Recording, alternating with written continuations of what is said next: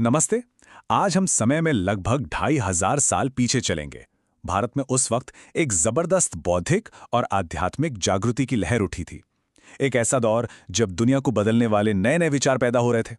ये वो समय था जब लोग जिंदगी के सबसे बड़े, सबसे गहरे सवालों के जवाब ढूंढ रहे थे। तो चलिए इस बेहद दिलचस्प युग में उतरते हैं। आज की हमारी ये जो यात्रा है वो इन 6 हिस्सों से होकर गुजरेगी। हम उस दौर के बड़े सवालों से शुरुआत करेंगे, फिर बुद्धा और महावीर ने क्या समाधान दिए उन्हें समझेंगे, और आखिर में देखेंगे कि उनकी विरासत आज भी कैसे जिंदा है। तो शुरू करते हैं। देखिए, जिस समय बुद्ध अपने उपदेश दे रहे थे वो अकेले नहीं थे। उस समय कई और विचारक भी थे जो जीवन और मृत्यु जैसे बड़े बड़े सवालों से जूझ रहे थे। कह सकते हैं कि विचारों का एक महामंथन चल रहा था। और सवाल क्या थे? सवाल थे, आखिर ये दुख क्या है, इसका मतलब क्या है, और सबसे बड़ा सवाल, मरने के बाद हमारा क्या होता है। लोग ये जानने के लिए बेचैन थे कि क्या इस दुनिया में कुछ भी ऐसा है जो परमानेंट हो, जो हमेशा रहे, जो मौत के बाद भी खत्म न हो। इन गहरी फिलोसॉफिकल चर्चाओं का जो सोर्स है वो है उपनिषद। उपनिषद शब्द का मतलब ही होता है पास आकर बैठना। असल में ये ग्रंथ गुरुओं और उनके शिष्यों के बीच हुए संवाद हैं, सीधी बातचीत, और यही बात इन्हें इतना जीवंत बना देती है। उपनिषदों का जो सबसे बड़ा आइडिया है वो वाकई में बहुत आकर्षक है। उनका मानना था कि हर इंसान के अंदर एक आत्मन है, मतलब हमारी अपनी आत्मा, और एक ब्राह्मण है, यानी कि ये पूरी कायनात, ये यूनिवर्सल आत्मा। और उनकी सबसे बड़ी खोज ये थी कि असल में ये दोनों अलग नहीं हैं, ये एक ही हैं। वैसे तो इन चर्चाओं में ज्यादातर ब्राह्मण और राजा ही हिस्सा लेते थे, लेकिन कुछ कमाल के अपवाद भी थे, जैसे कि गार्गी, जो अपनी बुद्धिमानी के लिए मशहूर थीं, और सत्यकाम जबाल, जो एक दासी के बेटे थे, लेकिन उनके ज्ञान की प्यास ने उन्हें एक महान विचारक बना दिया। अच्छा, तो ये तो हुई उस दौर के माहौल की बात। अब हम इन सवालों की दुनिया से निकलकर एक इंसान की निजी यात्रा पर फोकस करते हैं जो इन्हीं सवालों के जवाब खोजने के लिए निकले थे। ये कहानी है सिद्धार्थ गौतम की। वो शाक्य गण के एक क्षत्रिय राजकुमार थे, लेकिन ज्ञान की खोज में उन्होंने अपने महल के सारे सुख सुविधा छोड़ दिए।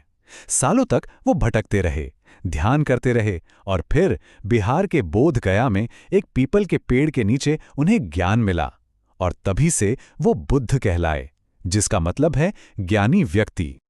तो सवाल यह है कि बुद्ध को उन बड़े सवालों का क्या जवाब मिला? उनका जो मुख्य उपदेश था वो दुख के बारे में था, कि दुख क्या है और उससे छुटकारा कैसे पाया जाए। इसे समझने के लिए एक बहुत ही मार्मिक कहानी है। ये कहानी किस्सा गौतमी नाम की एक माँ की है। जरा उस माँ के दर्द के बारे में सोचिए, जिसका इकलौता बेटा मर गया था। वो अपने बच्चे की लाश को सीने से लगाए सड़कों पर घूम रही थी, हर किसी से मदद मांग रही थी कि कोई उसके बेटे को जिंदा कर दे। फिर एक आदमी उसे बुद्ध के पास ले गया।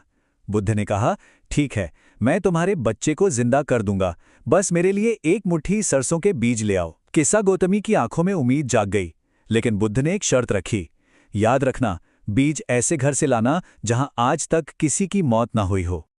किस्सा गौतमी एक दरवाजे से दूसरे दरवाजे पर गई, लेकिन उसे एक भी घर ऐसा नहीं मिला जहां कभी किसी पिता, माँ, बहन, भाई या किसी अपने की मौत ना हुई हो। और तब धीरे धीरे उसे ये कठोर सच्चाई समझ में आई कि मौत और दुख ये तो सबकी जिंदगी का हिस्सा हैं। किस्सा गौतमी ने जिस गहरे दुख को महसूस किया, बुद्ध ने उसे नाम दिया तन्हा या तृष्णा, मतलब हमारी इच्छाएं, हमारी क्रेविंग्स।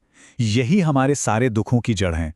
क्योंकि होता क्या है, जब हमें कुछ मिल जाता है तब भी हम खुश नहीं होते, हमें कुछ और चाहिए होता है। ये एक कभी ना खत्म होने वाली प्यास है। लेकिन सबसे अच्छी बात यह है कि बुद्ध ने दुख से निकलने का रास्ता भी दिखाया। उन्होंने कहा कि हर चीज में मॉडरेशन अपनाओ, अपनी लालसा पर काबू पाओ, सभी के प्रति दयालु बनो, और याद रखो कि हमारे कर्मों यानी हमारे एक्शंस का असर सिर्फ इस जीवन में ही नहीं बल्कि अगले जीवन में भी होता है। और सबसे खास बात, ये सारी बातें उन्होंने संस्कृत में नहीं बल्कि आम लोगों की भाषा प्राकृत में सिखाएं। चलिए अब आगे बढ़ते हैं। इसी दौर में एक और महान विचारक सामने आए, वर्धमान महावीर, और उनकी कहानी भी कुछ कुछ ऐसी ही थी।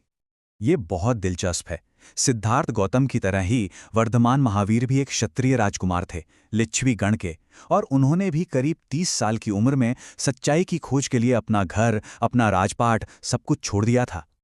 पूरे 12 साल की कठिन तपस्या के बाद महावीर को ज्ञान मिला। उनकी शिक्षा का जो सार था, जो सेंट्रल आइडिया था, वो था अहिंसा। मतलब किसी भी जीवित प्राणी को चोट न पहुंचाना, उसे न मारना।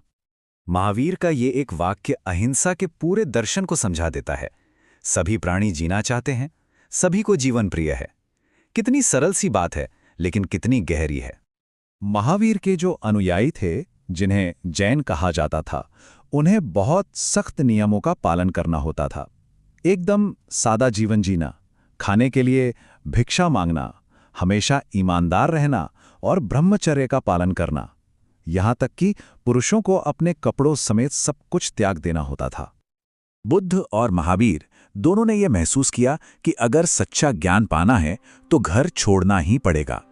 इसलिए उन्होंने ऐसे लोगों के लिए एक संगठन बनाया जो एक साथ रह सकें। इसे संघ कहा गया। तो दोनों ने संघ की स्थापना की।